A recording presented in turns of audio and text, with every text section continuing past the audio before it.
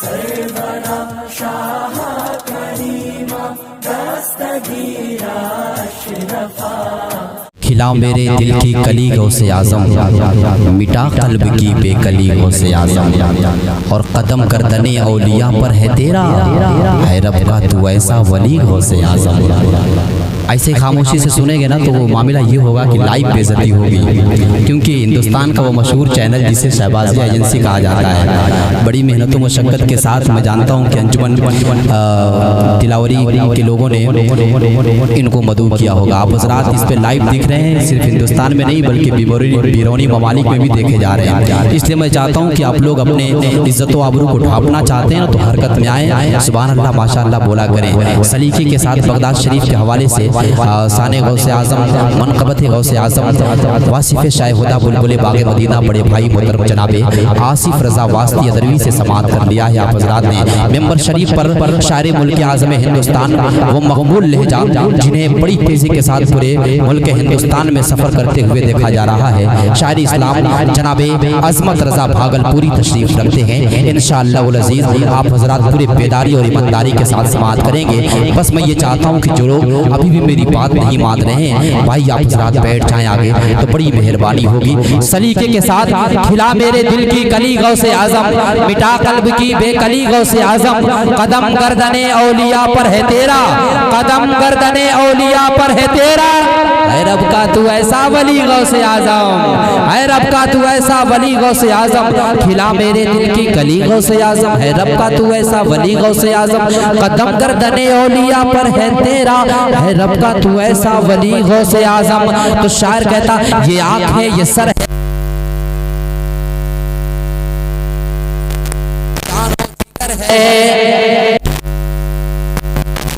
قدم غوث اعظم۔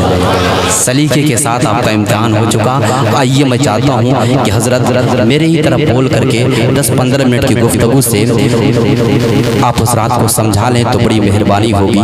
وہ معاملہ یہ ہے کہ کون سی بات کہاں کہی جاتی ہے یہ سلیقہ اور طریقہ معلوم ہے۔ میرا معاملہ یہ ہے کہ میں ابھی اس میدان میں شروعاتی معاملہ ہے میرا، میں ابھی ڈھنگ سیکھ رہا ہوں سلیقے کے ساتھ۔ حضرت مولانا ضیاء المصطفیٰ صاحب قبلہ خطیب و امام روضہ جامع مسجد سے ادب و احترام کے ساتھ گزارش کرتا ہوں تشریف لائیں۔ ان کے خطابت کے بعد انشاءاللہ العزیز آپ حضرات کو ادب و احترام کے ساتھ جناب عظمت رضا بھاگلپوری سے سماعت کرنا ہوگا۔ اس لیے میں چاہتا ہوں کہ انجمن کے لوگ اور انجمن غوث اعظم ویلفیئر سوسائٹی کے لوگ، اراکین کمیٹی کے لوگ، اس سے کمیٹی کے لوگوں سے گزارش کرتا ہوں کہ اگر جہاں کہیں بھی ہوں، اگر اپنے کام سے فراغت حاصل کر لیے ہوں تو جتنا جلد ہو سکے آپ حضرات جلسگاہ میں تشریف لائیں، ان کی بڑی مہربانی ہوگی۔ نعروں سے استقبال کر لیں، نعرہ تکبیر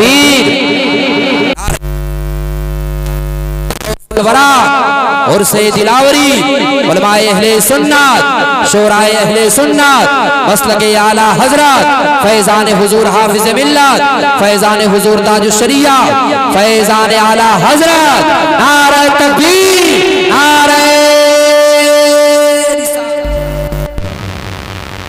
مدحان نبی، قابل قدر سامعین حضرات ورحمۃ اللہ وبرکاتہ۔ وعلیکم السلام ورحمۃ اللہ وبرکاتہ۔ الحمدللہ الحمدللہ رب العالمین والعاقبۃ للمتقین والصلاۃ والسلام علی رسولہ الکریم، اما بعد فاعوذ باللہ من الشیطان الرجیم، بسم اللہ الرحمن الرحیم،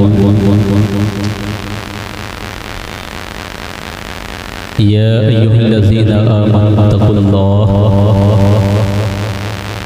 وکونوا مع الصادقین، صدق اللہ العظیم وصدق رسولہ النبی الامین الکریم، ونحن علی ذلک لمن الشاہدین والشاکرین، والحمدللہ رب العالمین۔ آئیے مراب عقیدت و محبت کے ساتھ ساری کائنات کی مرکزی عقیدت ہم سب کے آقا و مولا سید عالم صلی اللہ علیہ وسلم کی بارگاہ ناز میں اپنی غلامی کا ثبوت دیتے ہوئے باواز بلند درود پاک پڑھیں اللہم صلی علی سیدنا یا حبیب اللہ یا نبی اللہ صلاۃ و سلام علیک یا رسول اللہ صلی اللہ تعالی علیہ وسلم۔ اعلیٰ حضرت رضی اللہ تعالی عنہ ارشاد فرماتے ہیں وہ کیا مرتبہ اے غوث بالا تیرا، وہ کیا مرتبہ اے غوث بالا تیرا، اونچے اونچوں کے سروں سے قدم اعلیٰ تیرا، سر بھلا کیا کوئی جانے کہ ہے کیسا تیرا، سر بھلا کیا کوئی جانے کہ ہے کیسا تیرا، اولیاء ملتے ہیں آنکھیں وہ ہے تلوہ تیرا، سبحان اللہ۔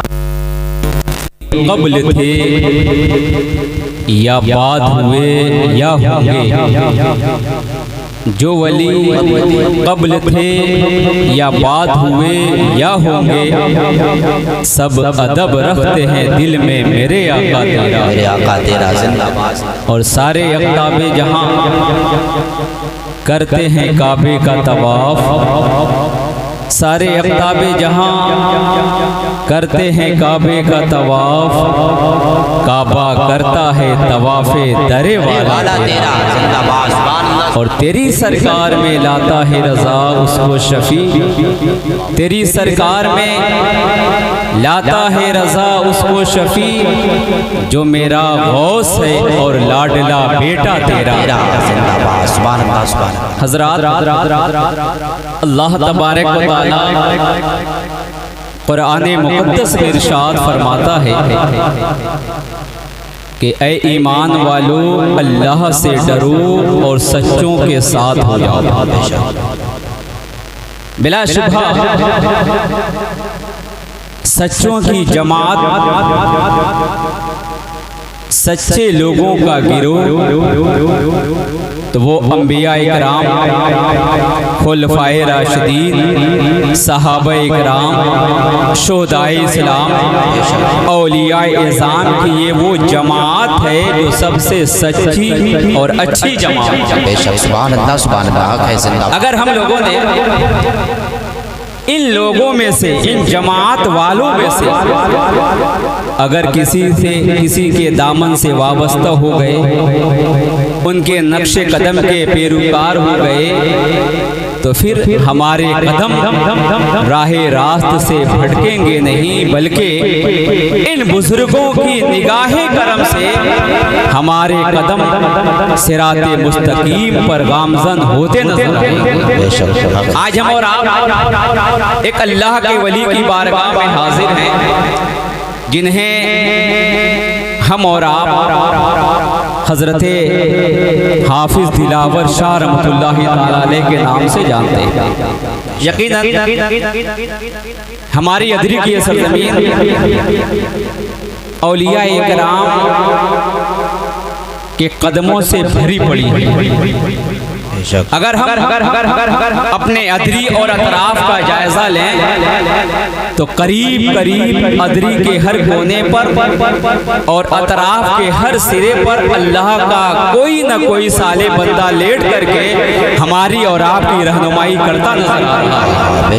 اسی کڑی میں، اسی فہرست میں ایک نام حضرت دلاور شاہ رحمۃ اللہ تعالی علیہ کا ہے کہ یہ آج یقیناً ایک سنسان جگہ پہ ضرور آرام کر رہے ہیں، مگر اپنے فیضان سے صرف ادری نہیں بلکہ اطراف و جوانب کے لوگوں کو بھی فیضیاب کرتے نظر آ رہے ہیں، جس کا نتیجہ یہ ہے کہ جو اتنی بڑی تعداد میں لوگ یہاں حاضر ہیں، یقیناً یہ فیضان دلاوری ہے اور یہ ان کا صلہ ہے کہ ہم لوگ ان سے وابستہ ہیں، اور جب وابستہ ہیں تو یہ ضرور ہماری فریاد کو سن بھی رہے ہیں اور ہماری عرضی کو رب ذوالجلال کی بارگاہ میں رکھ رہے ہیں۔